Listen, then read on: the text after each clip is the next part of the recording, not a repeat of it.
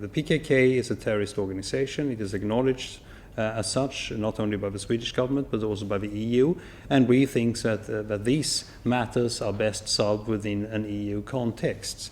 And this is also why I said that the memorandum and everything written into it should be fulfilled, but it has to be a process, and that process has to stand on a platform where we also look into how the EU is interpreting questions regarding terrorist organizations. I also would like to add to this that there will be no nonsense from the Swedish government when it comes to the PKK. We are fully behind a policy which means that terrorist organizations don't have a right to function on Swedish territory. We also believe that it is necessary to have a close collaboration with other intelligence organizations around in Europe and Turkey as well, in order to halt any kind of moves by these organizations. Which would possibly be the next election. And I think that everybody who reads these is happy to do so, because this is of great concern to the Swedish government.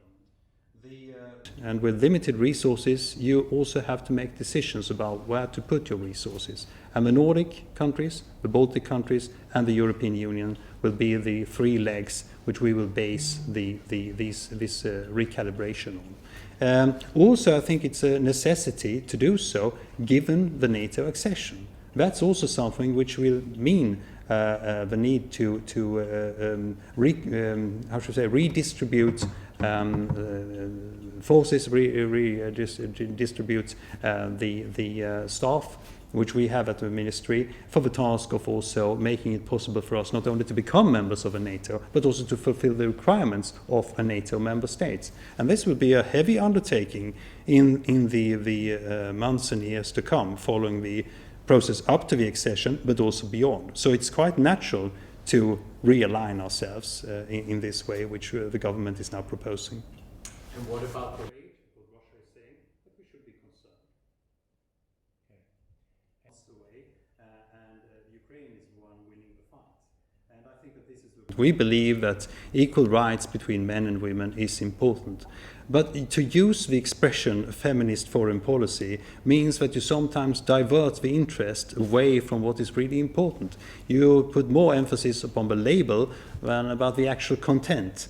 And we think that this is in some way detrimental for the discussion about the need to bring forward the question about how to advance the rights of men and women, of equality between men and women in the world. Russian forces, and we are looking forward to have dialogue for some years to the better, in my mind, because I think you need to have a much more balanced. Russia is a desperate state, and its leadership is desperate. The Ukrainian successful counteroffensive against the Russian forces is something which has caused of course, great unhappiness among the leadership of Russia, who thought that they could conquer and defeat Ukraine in just a few days, and here we are, several months away, and Ukraine is the one winning the fight. And I think that this is the reason why they are playing their hand as they do now.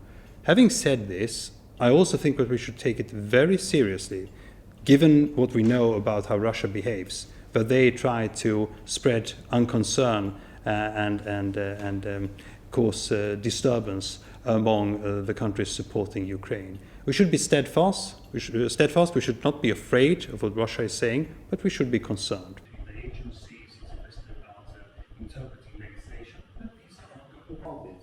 And we believe that this is something which will happen in the days. Having been the Minister of Migration and Asylum Policy in this country, I can say that the real shift didn't occur with this election. That happened in 2015 with the huge inflow of people that arrived in Sweden. That's where the pendulum shifted. So I think that that image has already been changed for some years, to the better in my mind, because I think you need to have a much more balanced view than what we had before, prior to 2015.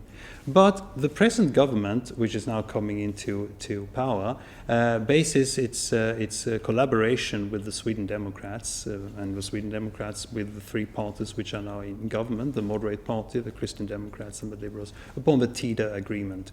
And the TIDA agreement lays down very fundamental and very practical, operational items which we are going to deliver on during these years which will pass until the next election.